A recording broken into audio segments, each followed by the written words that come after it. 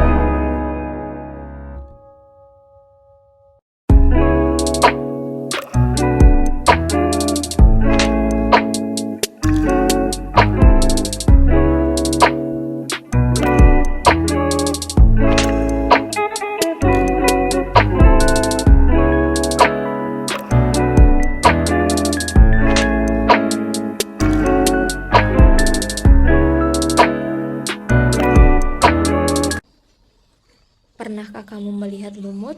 Kalau pernah, di manakah? Lumut bisa kita temukan di bebatuan atau di daerah sekitar sungai, atau lebih gampangnya bisa kita temukan di halaman rumah kita. Lumut merupakan salah satu kelompok tumbuhan pada kingdom Plantae. Lumut atau Bryophyta berasal dari bahasa Yunani, yaitu bryon artinya lumut dan phyton artinya lembab atau basah.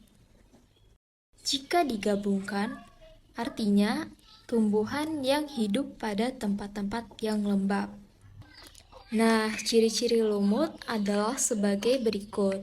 Yang pertama adalah tumbuhan lumut merupakan tumbuhan pelopor atau vegetasi perintis yang tumbuh di suatu tempat sebelum tumbuhan lain mampu tumbuh. Yang kedua adalah tumbuhan lumut berukuran mikroskopis, ada yang 1 hingga 2 cm dan ada juga yang mencapai 40 cm. Selanjutnya, tumbuhan lumut disebut juga dengan tumbuhan peralihan karena ada yang berupa tumbuhan talus atau lembaran, yakni pada lumut hati. Tetapi, ada juga yang sudah mempunyai struktur tubuh mirip dengan akar, batang, dan daun sejati, contohnya pada lumut daun. Ciri yang keempat adalah tumbuhan ini mengalami pergiliran keturunan atau metagenesis, yakni fase gametofit dan fase sporofit. Selanjutnya, kita masuk pada struktur tubuh lumut. Kita mulai dari nomor yang pertama.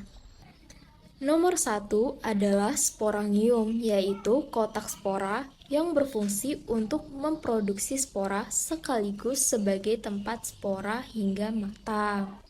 Yang kedua adalah tangkai atau sekta yang berfungsi untuk menopang kotak spora atau sporangium.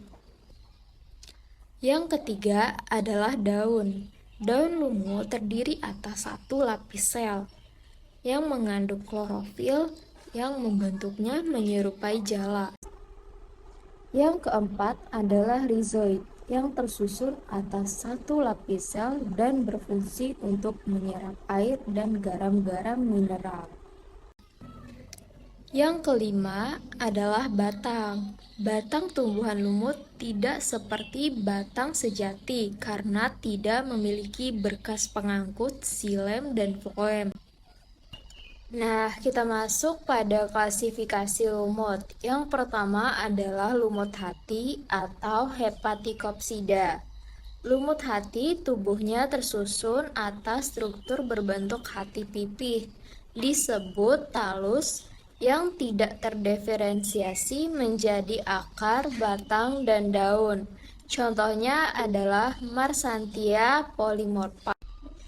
Yang kedua adalah lumut tanduk atau Anthoceratopsida. Lumut tanduk mempunyai gametofit mirip dengan gametofit lumut hati. Perbedaannya hanya terletak pada sporofitnya. Sporofit lumut tanduk mempunyai kapsul memanjang yang tumbuh seperti tanduk dari gametofit. Contohnya adalah Anthoceros sp. Nah, yang ketiga adalah lumut daun atau Bryopsida. Lumut daun merupakan lumut yang paling banyak dikenal. Bryopsida mempunyai struktur seperti akar yang disebut rizoid, struktur seperti batang, dan struktur seperti daun. Tubuh fase gametofit lumut daun memiliki gametangium di bagian atasnya. Contohnya adalah Sphagnum sp. Nah, sekarang kita masuk pada reproduksi lumut. Dalam hidupnya, lumut mengalami pergiliran keturunan atau metagenesis antara fase sporofit dan fase gametofit. Ini adalah bagan metagenesis lumut. Seperti yang kita ketahui bersama, lumut jantan memiliki alat kelamin yang disebut dengan antheridium yang mengandung spermatozoid dan alat kelamin betina yang disebut dengan archegonium yang mengandung sel telur atau ovum. Tahapan metagenesis lumut adalah sebagai berikut, yaitu pertama-tama, spora haploid yang jatuh di tempat lembab akan berkecambah menjadi protonema. Protonema akan berkembang menjadi gametofit. Gametofit adalah tumbuhan lumut itu sendiri. Gametofit akan menghasilkan antheridium dan archegonium.